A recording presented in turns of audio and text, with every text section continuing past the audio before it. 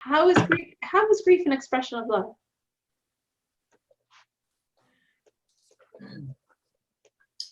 Grief is an expression of love.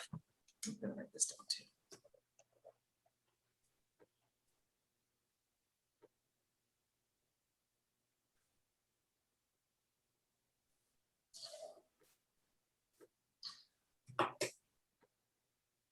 When you love something so passionately, let's say you're an artist. Everybody's an artist. Art in their work, art in their food, art in, everybody's an artist. And your life is hijacked by whatever it might be. And you cannot get back to do your art because your art is an expression of yourself. So and when you can't do your art, being an expression of yourself, you can't be there to provide your self-love. And that, so you grieve that, but grief is hard. And we don't know how to handle grief. So when we can't handle grief, we package it up and we put it over here. And it ends up being a little hole in the heart. Or in some cases where that's depression and things of that nature, a piece of broken glass. Okay? You get a little shard. Then you have that your child is no longer a baby and you can't hold them because now they smell at 11 years old, right? You miss that child. You loved that space and time. Not that it changed.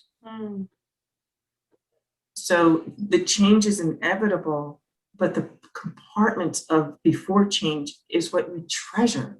And it resonates. So we see somebody else's art and something that resonates and we feel that love, but it also gives grief because it's gone. Gotcha. When we have patterns in our life that we so treasure, one of the ones that when my other son was living home, I loved making him breakfast and bringing him coffee to his bed. Say, good morning, Tyler. Want some coffee? Yeah, and I bring it to him. It's like, you're bringing your 29-year-old boy a cup of coffee. Why do you do that? I go, one, it's black, I can't screw it up. And two, because I can't. Because when he moves out, I can't. Yeah. So in the mornings, I would make breakfast. Want some breakfast? Yeah. What do you want? Swiss or cheddar cheese? Swiss sounds good.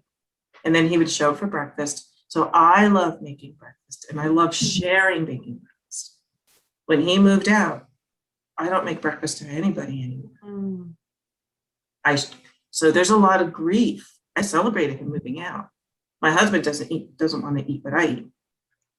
So my breakfast is mine. So sometimes I take pictures and my breakfast has gotten more boring because I don't have the gift to share my joy of cooking. So that's grief. It's a little hole in the heart that's not there. So I look forward to if they sleep over in an event that I get to make breakfast. Wow. Okay. That's why grief is an expression of love. So when somebody gets hurt, I have, like the exercise I had you do, just sit with the body and acknowledge all the things that the body has done for you.